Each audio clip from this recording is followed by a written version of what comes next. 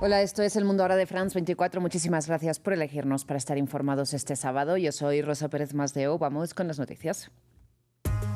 Estados Unidos e Irán siguen negociando en Islamabad con la mediación de las autoridades pakistaníes y el estrecho de Hormuz como principal punto de discordia a esta hora. En medio de la tregua alcanzada esta semana, Teherán y Washington mantienen los primeros diálogos directos en más de una década. Otro de los puntos clave en las negociaciones es si Líbano está o no sujeto a la tregua. Mientras Israel, que no participa en los diálogos, ha matado a 10 personas más en Beirut este sábado. Y Netanyahu asegura que ha destruido el programa nuclear y de misiles iraní. Rusia y Ucrania se acusan de lanzarse ataques con drones después de la entrada en vigor de la tregua propuesta por el Kremlin en motivo de la Pascua Ortodoxa este fin de semana. Horas antes, Kiev y Moscú intercambiaron más prisioneros de guerra.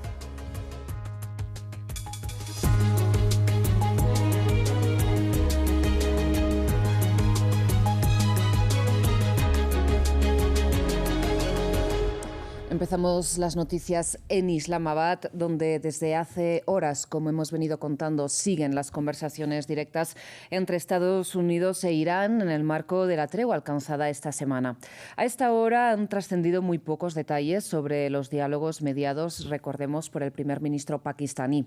Sin embargo, varias fuentes presentes en el hotel que acoge el encuentro coinciden en que las condiciones de navegación por el estrecho de Hormuz son uno de los principales puntos de discordia en estos momentos. Recordemos que por primera vez desde 2015 la reunión se da cara a cara entre las delegaciones de la Casa Blanca, encabezada por el vicepresidente J.D. Vance, y la de la República Islámica, liderada por el presidente del Parlamento, Mohamed Ghalibaf. Nuestro corresponsal Adrià Rocha nos cuenta más. Buenas tardes, Rosa. Pues de momento sabemos poquito porque han salido muy pocos detalles de estas conversaciones que han sido cerradas completamente a la prensa por parte de una Pakistán que de hecho ha organizado estas reuniones en un hotel muy alejado del centro de prensa puesto para la prensa internacional para seguirlas. Sobre todo, lo que sabemos es fuentes pakistaníes que han anunciado a la prensa internacional que las reuniones han tenido un cierto tono cordial. Hay razones por ser optimista, dice la mediadora Pakistán, y que a pesar de que ha habido momentos de tensión, la mayoría de puntos han ido avanzando en estas negociaciones que han durado desde primera hora de la tarde, hora local, y que continúan ahora mismo a pesar de que son ya las 12 de la noche en Islamabad, en Pakistán. De hecho, Pakistán ha asegurado que espera que las reuniones continúen ya durante esta madrugada y también que es posible que sigan mañana por la mañana, domingo, para intentar llegar a un tipo de acuerdo que termine con estas 4 semanas de guerra en todo Oriente Medio. Sin embargo, sí que ha asegurado a los medios iraníes, citando fuentes de su propio gobierno, que Estados Unidos ha sido muy ambicioso en sus peticiones en lo que refiere al estrecho de Hormuz, cerrado parcialmente por Irán desde el inicio de la guerra, a pesar de que en miércoles de esa semana, cuando Pakistán anunció este acuerdo de alto el fuego temporal, este alto el fuego también llevaba incluida la apertura de Hormuz, algo que no ha ocurrido. Según Irán, todo barco que intente cruzar el estrecho tiene que comunicarlo previamente al ejército iraní, que dará permiso o denegará este paso. Es uno de los grandes puntos de contingencia entre Estados Unidos e Irán. Otro es, evidentemente, la continuada ofensiva de Israel en contra del sur del Líbano, con todos los muertos que ocurren diariamente en esa región en el Líbano. Y en este contexto, el primer ministro israelí Benjamin Netanyahu declaró que continuará combatiendo a Irán, aunque después ha asegurado que han destruido los programas de misiles y nuclear iraníes. Además, insistió en que la República Islámica y sus aliados, como por ejemplo Hezbollah, están ahora mismo luchando por su supervivencia. Escuchemos. Irán ya no es el mismo Irán e Israel ya no es el mismo Israel. Nos amenazaron con la aniquilación y ahora están luchando por su supervivencia. Tal y como comentaba Adrià, ¿no? La ofensiva de Israel contra Líbano es otra cuestión crítica en los diálogos entre Estados Unidos e Irán, en los que no participa, insistimos, el gobierno de Benjamin Netanyahu. Mientras este sábado el ejército israelí mató a 10 personas más en el sur de Beirut, las autoridades iraníes advierten que el territorio libanés debe estar sujeto también al cese el fuego. Miembros de las fuerzas de seguridad libanesas transportan los ataúdes de sus 13 compañeros muertos por ataques aéreos israelíes en Nabatille, al sur del Líbano, un día antes. Familiares y amigos culpan de negligencia al Estado libanés. Las autoridades no los dejaron irse, les dijeron que se quedaran en Nabatille, que no se movieran, los abandonaron.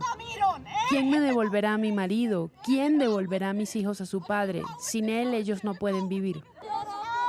El presidente Joseph Aoun hizo un llamado a la comunidad internacional para que asuma sus responsabilidades y ponga fin a las reiteradas agresiones israelíes. Pero para Israel sus ataques son legítimos. Su ejército declaró el viernes que había desmantelado más de 4.300 objetivos relacionados con Hezbollah desde el inicio de la guerra el 2 de marzo. Una violencia arrastrada por un conflicto más amplio entre Israel y Estados Unidos contra Irán. En Pakistán, país mediador de una frágil tregua que está en vigor, los iraníes velan por sus aliados libaneses. Un alto el fuego, una suspensión de la guerra en todos los frentes, incluido el Líbano, forma parte del acuerdo de alto el fuego. Esto no es solo lo que hemos dicho o afirmado, sino que el mediador pakistaní también lo ha declarado explícitamente. Esta ha sido nuestra exigencia y en los últimos días este tema se ha planteado con mucha claridad. El Ministerio de Salud del Líbano informó que nuevos ataques israelíes mataron a varias personas en el sur del Líbano este sábado, incluyendo a personal de equipos de emergencia. Y con la atención, como ven, puesta en Irán y en Líbano, Israel mantiene también los ataques contra la Franja de Gaza, donde mató al menos a 7 personas este sábado. La Defensa Civil Palestina denunció una ofensiva con misiles del ejército israelí que, por su parte, alegó que había atacado una célula de Hamás, a pesar de que supuestamente rige, recordemos, un alto el fuego desde el 10 de octubre pasado. Según las autoridades palestinas, desde entonces Israel ha matado a más de 700 personas, entre ellas un periodista de Al Jazeera esta semana. Mi primo, que era periodista, fue martirizado el año pasado. Hubo 2 ataques con misiles consecutivos. Alrededor de la 1 o las 2 de la mañana, recibí una llamada informándome que mi primo había muerto. Dicen que la guerra ha terminado, que hay paz y que no hay guerra contra nosotros. ¿Cómo puede no haber guerra si mi hijo cayó mártir esta mañana? ¿Es normal que haya muerto? ¿Dónde está la paz? ¿Dónde está la seguridad? En noticias relacionadas vamos hasta Londres porque la policía detuvo a un centenar de personas por participar en una sentada en Trafalgar Square a favor de Palestine Action. Los manifestantes llevaban pancartas de apoyo a esta organización proscrita en junio pasado por el Parlamento británico, que la calificó de organización terrorista, lo que convierte en ilegal ser miembro del grupo o expresar muestras de apoyo, a pesar de que hasta el momento Palestine Action ha limitado sus protestas a causar daños materiales. Cambiemos de información porque Rusia y Ucrania se acusan de violar el alto el fuego por la Pascua Ortodoxa que entró en vigor este fin de semana a propuesta del gobierno de Vladimir Putin. Las Fuerzas Armadas ucranianas denuncian que las fuerzas rusas han violado la tregua más de 400 veces, mientras que el Kremlin señaló ataques de Kiev contra las regiones rusas de Kursk y Belgorod. Horas antes, ambas partes intercambiaron 175 prisioneros de guerra de cada bando. Vamos ahora a Hungría, porque los 2 favoritos en las elecciones parlamentarias, el primer ministro Viktor Orbán y el opositor Péter Magyar, pronunciaron sus últimos discursos de campaña de cara a las elecciones generales de este domingo. Magyar, antiguo aliado de Orbán, busca arrebatarle, sin embargo, el poder tras 16 años de una era que, por decirlo así, ha alejado a Hungría de los intereses de la Unión Europea. Samuel Salgado Castro nos amplía. Propaganda del opositor TISA, un partido político joven que nació de las entrañas del Fidesz del primer ministro Viktor Orbán, pero que ahora es su peor pesadilla para las elecciones parlamentarias de este domingo. Tras 16 años de Orbán en el poder, esta ciudad en el este de Hungría tiene esperanza que su hegemonía termine.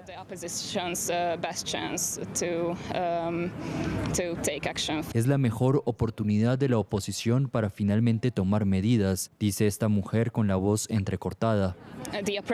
Denuncia que la opresión contra la prensa libre y los civiles empeora cada año. Aquí en Debrecen, la segunda ciudad más importante después de Budapest y centro cultural y universitario, apuestan por Péter Magyar. Magyar estuvo antes en Fidesz y vio todo lo malo, y supongo que aprendió que puede hacerlo de otra manera, de una forma más humana. En mi vida personal fue muy triste cuando perdí a mi madre hace 3 años. Si el sistema de salud de este país no funcionara como funciona ahora, ella todavía estaría con nosotros. Así que aunque sentí un dolor profundo, me impulsó a hacer todo lo posible para ayudar a que las cosas cambien, no solo en el ámbito de la salud, sino también en todos los demás aspectos. Pero Orbán se ha anclado al poder y todavía parece tener una base de votantes sólida que ignora los escándalos de corrupción y se concentran en el discurso ultranacionalista en medio de la guerra en Ucrania y la presión de la Unión Europea. Evitar una guerra mundial. Eso es muy importante. No quiero luchar en el frente. Luchar por mi patria es una cosa, pero luchar por el país vecino es otra muy distinta.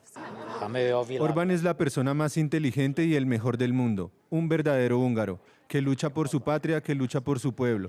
Somos de Pride, en Transilvania, sabemos lo que eso significa. Tanto Magyar como Orbán pronunciaron el sábado sus últimos discursos de campaña antes del inicio de la votación el domingo. Y de Hungría vamos hasta China porque el presidente del gobierno español aterrizó en Beijing para su 4ª visita de Estado al país por 4º año consecutivo. Pedro Sánchez iniciará el cumplimiento de su agenda oficial este lunes cuando recibirá un título honorífico en la Academia China de las Ciencias antes de visitar la sede de Xiaomi. Al día siguiente se reunirá con el presidente chino Xi Jinping y el primer ministro Li Qiang en el contexto, como saben, de la guerra en Medio Oriente y de la guerra comercial desatada por la administración de Donald Trump, que en los últimos meses ha empujado a varios líderes europeos a acudir al gigante asiático. Vamos ahora hasta Perú porque más de 27 millones de personas están llamadas a las urnas este domingo 12 de abril. Tras más de 10 años de inestabilidad política, los peruanos pueden elegir entre 35 candidatos a la presidencia. Sin embargo, no solo elegirán al jefe de Estado, la nueva conformación del Congreso también está en juego. Ramiro Cue nos amplía. Nuevo proceso electoral en Perú. Más de 27 millones de personas están convocadas para abrir otro periodo presidencial después de años caracterizados por la inestabilidad. Los peruanos emitirán su decisión en 4 roles, todos por 5 años, con la presidencia como el principal. En la papeleta aparecerán 35 candidatos para ocupar la Casa de Pizarro. Dentro del listado de aspirantes resaltan Keiko Fujimori, hija del expresidente Alberto Fujimori y que es candidata por 4ª vez, el exalcalde de Lima Rafael López Aliaga y el comediante Carlos Álvarez, sin experiencia política. También deberán elegir entre casi 10.000 candidatos, a los 60 senadores y a los 130 miembros de la Cámara de Diputados. El Senado se conformará con 30 elegidos a nivel nacional, en tanto la otra mitad saldrá uno de cada uno de los departamentos, 4 de Lima Metropolitana, otro por Lima Provincia, uno por la Provincia Constitucional del Callao y el restante de los residentes del exterior. En tanto de los 27 distritos electorales se decidirán los 130 diputados. Además, se definirán a los 5 representantes titulares y los 10 suplentes del Parlamento andino, el órgano deliberante de la comunidad andina. Dentro de las grandes novedades que tendrán estos comicios, aparece el retorno a la bicameralidad en el Congreso tras 32 años, con nuevamente la inserción del Senado y la renovación total de los diputados. Por otro lado, fueron eliminadas definitivamente las elecciones primarias abiertas, simultáneas y obligatorias, luego de haber sido suspendidas en el proceso de 2021. Por último, se decidió ampliar las opciones para que las fuerzas del orden puedan emitir su voto, sin importar el departamento en el que estén. Sin embargo, no podrán votar para las circunscripciones, sino solo para las categorías nacionales.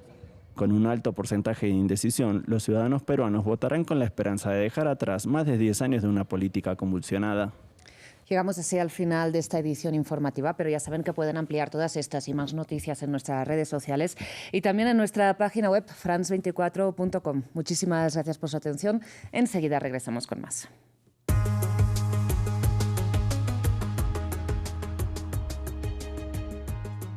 La historia de nuestro mundo está en constante cambio. El flujo de información es cada vez mayor. Estamos ahí con todos los temas. Nos comprometemos con la verificación, desde el terreno, en todas las circunstancias, para anticipar el futuro y entender el presente. Lo acompañamos 24 horas, 7 días a la semana. France 24, una mirada diferente a la actualidad. Liberté, égalité, actualité.